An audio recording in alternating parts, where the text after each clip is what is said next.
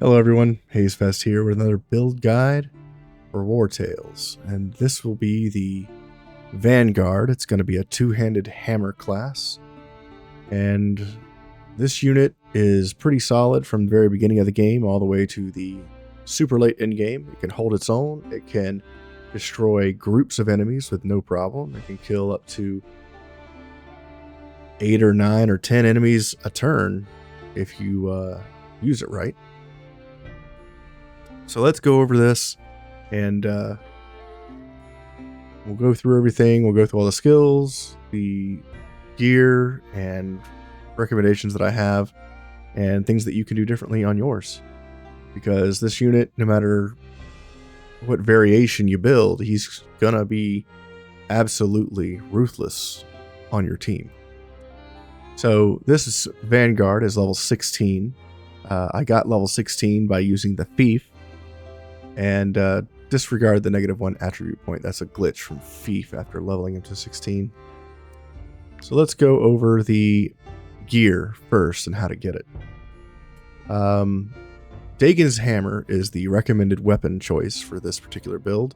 In fact, the whole build is built around this weapon. So you get the Dagan's hammer from the Treasure of the Ancients from the Tiltren Tomb. This should be the first tomb that you do, and when you go in there, there's a room that has a puzzle slider that requires 3 different runes that you put in to open a door. Once you go inside, there'll be a tomb. You break the tomb, and you loot the Treasure of the Ancients and get the Dagan's hammer. If you're newer to the game, you need to have your Mysteries and Wisdom path to level 4. This will give you access to the Lectern, and the Lectern is how you research the Treasure of the Ancients. So you'll just put that in here, and as you rest, you'll learn the item, and then eventually it will become this weapon. And once you have this weapon, I recommend putting strength oil on it if you're early game. And if you're later in the game, I recommend doing something like sharpening oil for critical hit damage if your critical hit's high enough. And I recommend over 30%. Otherwise, just put strength oil and some sort of debuff oil on it. Debuff oil like poisonous, burning, bleeding, something like that. Explosive oil would be really good with this too, because as you swing and hit multiple enemies, they explode, dealing damage to enemies around them. So even if you can't reach certain enemies, you can still hit them, make them explode, and hit people further back. So exploding oil with exploding oil belt item to give yourself a 100% chance to make the enemies explode would make this build even better, because you hit multiple times with this weapon. So every time you would hit, you would cause an explosion, making it do lots and lots of damage. Currently, I am using sharpening oil for critical hit damage and poisonous oil. I'm using the poisonous oil because of one of the skills I have equipped currently as a passive, and I'll show you what that is later. The helmet and the chest armor. I'm using the Skalmar set armor because it gives us optimized gear when you use the same type of set gear. It gives us 10% more stats. And I'm using the Ulfark's armor because it gives critical hit chance of 5% plus 1 willpower, and the helmet is plus another willpower and damage of opportunity attacks, which doesn't apply to this character because we are not smacking enemies with attacks of opportunity.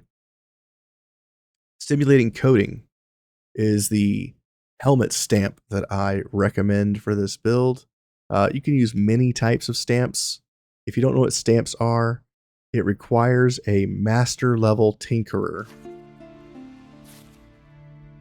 And master level tinkerer says at the very bottom, can remove stamps from helmets by dismantling them.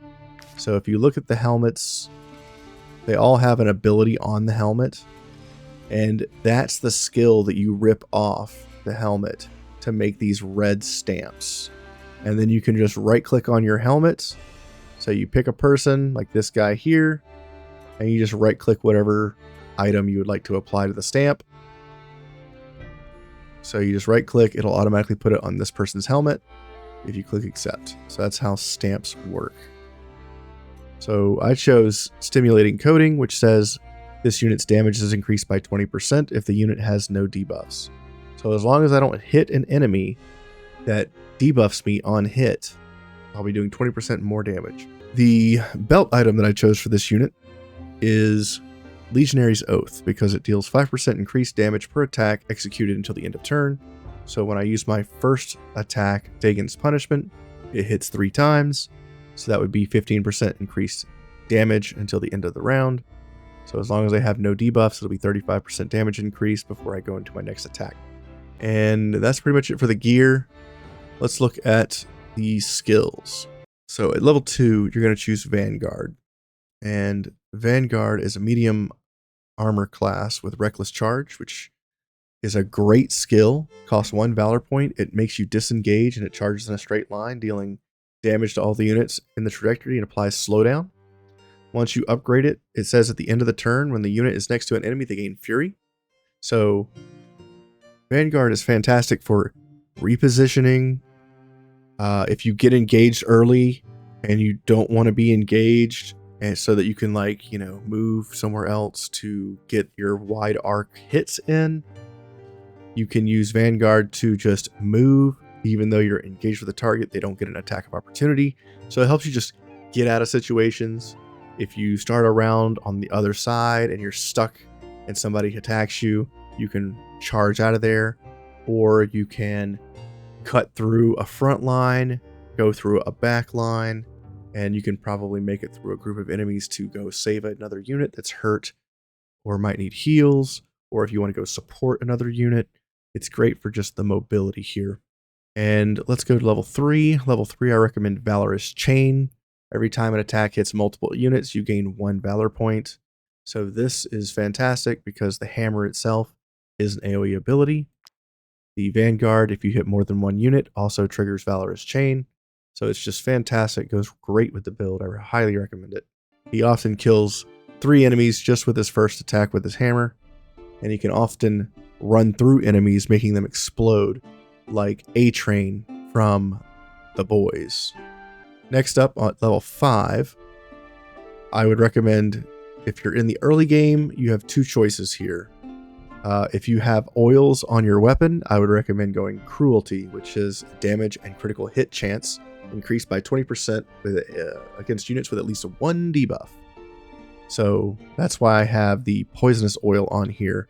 So as the poison hits, we gain an additional 20% crit and damage towards that enemy. If you level the skill up, in return, the enemy also deals 20% less damage to this unit. So it's fantastic. I recommend Cruelty. And if you're not feeling Cruelty, if you have other plans for your oils, you can go Armor Breaker, which will help you destroy the enemy's armor faster, getting to their health pools. And it increases your damage to armor by 35%. Extremely good. If an attack from this unit destroys an enemy armor after you upgrade this, the unit gains Brutality and Inspiration, which means it'll gain 30% damage and double movement. So if you destroy anybody's armor, you get 30% increased damage and movement for the rest of your turn. Very powerful, great for repositioning. You can often go in, smash an entire group of enemies, and then walk out. At level 8, you should go for Guard Breaker. This is insane for mace builds. It completely ignores the tankiness of a lot of the units, and you just become a raw damage dealing machine, dealing 100% of your damage to all units in the game. So very, very strong. When you first pick up Guard Breaker, you ignore 50% of the enemy's guard, and when you level it up, you ignore 100% of the enemy's guard. Highly recommend this. At level 10, I recommend Intervention. You could do Defensive Riposte, but since you don't disengage, or since you disengage with Vanguard, the Defensive Riposte is kind of a wasted skill. You're never going to want to disengage unless you've already burned your Vanguard ability. in which case you're probably worse off. And defensive riposte, it's only a 50% chance you're going to hit back, and there's still a 50% chance you're going to take hit. So instead, I recommend intervention. Intervention's insane. You can use this to last hit enemies. You can use this to save allies that are engaged and are hurting. It is nuts. For 1 Valor point, you basically get another Wrath attack.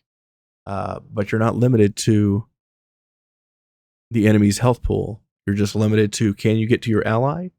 And then you just swap places with that ally, and then you come in with a big bonk with your hammer, often killing the enemy outright with a crit. Class Specialization is where it's at level 12. Armor Breaker and Cruelty are probably the best too. So those are the skills I recommend. Let's see what the unit looks like in action. Alright, we're going up against level 16 guards. Let's see how we do. Alright, when you get in combat with this kind of a character, you can go down to the skill bar on the bottom. You can right click on the skill that you want to use, and when you move, it'll lock it to your movement so that you can actually predict where you can go to hit 3 enemies. You can see the damage on this character is absolutely insane. Since we killed their armor, we now have brutality and double movement. So you can see that after I moved as far as I did, I now have a massive amount of movement. You can do stuff like run over here. You can now run through these guys. They explode just like the guy from The Boys running through people. Is just absolutely nuts.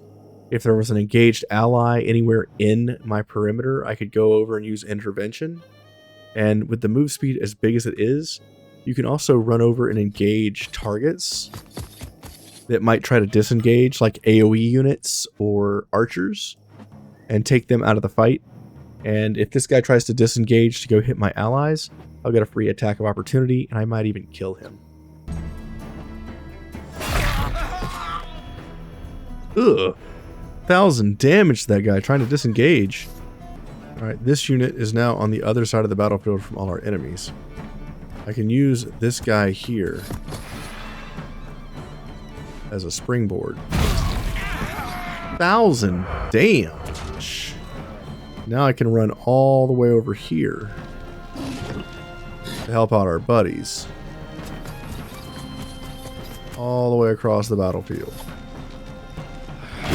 We can kill these units. And we still have 2 more swings. Tyrion is in trouble, so we're going to come over here. We're going to use intervention.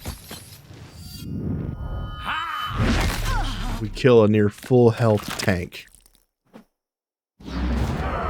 1,200 damage. Wow. Absolutely insane. Let's try going up against some level 16 bandits. I can't quite get to the commander, so what we'll do instead is we'll come over here. We'll hit these 3 enemies. Insane damage. Kill all 3 of those enemies. Come over here. And we're going to try to kill the commander. Oh my goodness. And look, we still have enough move speed because of inspiration to get to a somewhat safe location.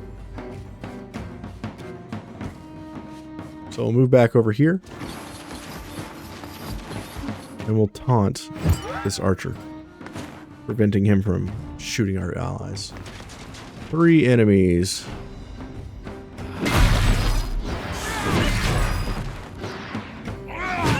And he's down. Over here, we'll run through these medium units. Nice kill. I hope you guys enjoyed that build guide. That's one of the builds that I've used in almost every single one of my runs, my playthroughs, and I like it. It's very powerful. I hope you guys enjoy it. Thank you for watching. Don't forget to like, subscribe, comment. I'll see you next time on Wartales.